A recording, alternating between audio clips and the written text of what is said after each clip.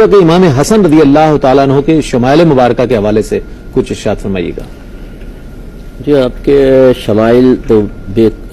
بہت زیادہ ہے، کثیر ہے۔ اللہ تبارک و تعالیٰ نے چونکہ ابتداءً آپ کو نبی کریم صلی اللہ علیہ وسلم کی صحبت فیضیاب سے فیضیاب فرمایا، تو یقینی سی بات ہے جو پورا فیض نبوت تھا وہ اس کا بہت بڑا حصہ آپ نے حاصل کیا۔ تو ایک تو پیدائشی طور پہ اللہ نے ایسی برکت عطا فرمائی، تو جو خصوصیات نبی کریم صلی اللہ علیہ وسلم کی تھیں وہ آپ کے پاس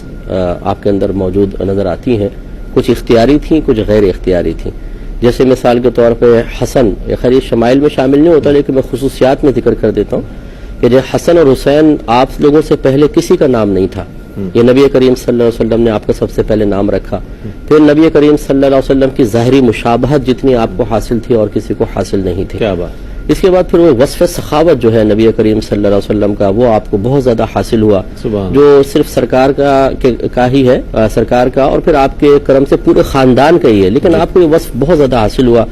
بعض اوقات ایک سائل آپ سے طلب کرتا تو آپ 1-1 لاکھ درہم اس کو دے دیا کرتے تھے، اور جو جتنا طلب کرتا دے دیتے تھے۔ اس کے علاوہ عارضی انکساری، خوف خدا بہت زیادہ تھا۔ ایک دفعہ حج کے اوپر گئے ہیں تو بیش قیمت جانور آپ کے ساتھ ہیں، لیکن آپ نے 25 حج کیے ہیں اور کسی بھی حج میں آپ جانور پر سوار نہیں ہوتے تھے۔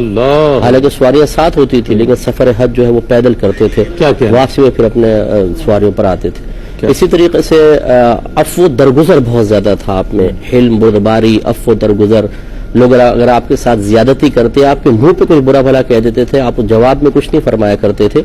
منقول ہے کہ ایک جملہ فقط آپ کی زبان سے پوری زندگی نکلا کہ تیری ناک خاک آلود ہو جائے، ایک کو بس بولا، کہتے ہیں اس کے علاوہ کوئی جملہ آپ کی زبان سے کبھی بھی نہیں نکلا ہے اس طرح۔ کیا کہنے شمائل امام حسن رضی اللہ تعالیٰ عنہ پر بات ہو رہی، شخصیت اتنی بڑی ہے۔ حضرت امام حسن رضی اللہ تعالیٰ عنہ کی شخصیت سے ہمیں جو پیغام مل رہا ہے، آپ کے صبر سے، آپ کی سخاوت سے، آپ کے زہد و ورع سے، بہت سے اوصاف ہیں، میں چاہوں گا اس پر کچھ کلام فرمائیے پیغام کی صورت۔ دیکھیں، میں اکثر جب بھی اکابرین کا تذکرہ ہوتا ہے تو کوشش یہ ہوتی ہے کہ آخر میں یہ پیغام ضرور بیان کیا جائے کہ ہمارے ہاں منقبتیں پڑھتے ہیں ہم لوگ، فضائل اور کمالات کا ذکر ہوتا ہے، لیکن ہم اسے ذکر تک ہی موقوف رکھتے ہیں۔ ہونا یہ چاہیے کہ انہیں اس انداز سے پیش کیا جائے اور اس مقصد کے ساتھ سنا جائے کہ ہم انہیں اپنی عملی زندگی پر نافذ بھی کریں۔ اگر تبدیلی پیدا نہیں ہوگی تو بزرگوں کا حقیقی فیض حاصل نہیں ہوگا، فیض حاصل ہوگا لیکن حقیقی فیض حاصل نہیں ہوگا۔ لہذا ہمارے بچوں کو چاہیے، بلکہ گھر والوں کو چاہیے کہ بچوں کے سامنے امام حسن رضی اللہ تعالیٰ عنہ کی سیرت پاک کو بیان کریں اور اس کی روشنی میں اپنے عمل کو بھی بہتر کریں اور بچوں کے عمل کو بھی بہتر کریں۔ اور زندگی کے تو مختلف آپ کے شعبے ہیں، لیکن یہ جو ایک چیز ہے کہ اگر انسان کو خاندانی نسبت حاصل ہو جائے، اللہ تبارک و تعالی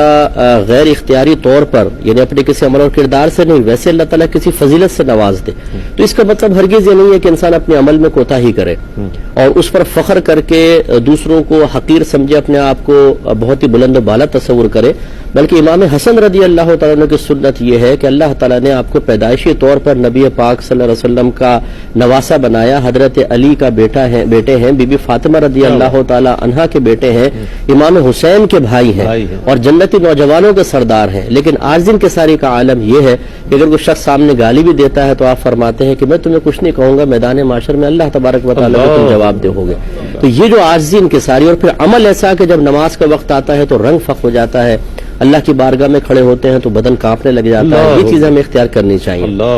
آج ہمارے یہاں صورتحال یہ ہے کہ صاحبزادہ صاحب اگر کوئی ہے آستانے کے، ہر ایک کو نہیں کہہ رہا ہوں، تو یہ بہت سے ایسے ہوتے ہیں کہ وہ خاندانی نسبت حاصل ہوتی ہے، اس کے بعد نہ عمل ان کا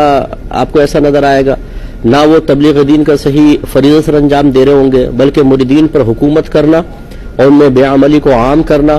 اور تکبرانہ رویہ ان کے ساتھ اختیار کرنا، یہ عام دیکھا گیا ہے۔ ایسے لوگوں کو خاص طور پر ان صاحبزادے سے سبق حاصل کرنا چاہیے۔ بہت اچھا پیغام، بہت ہی خوبصورت پیغام۔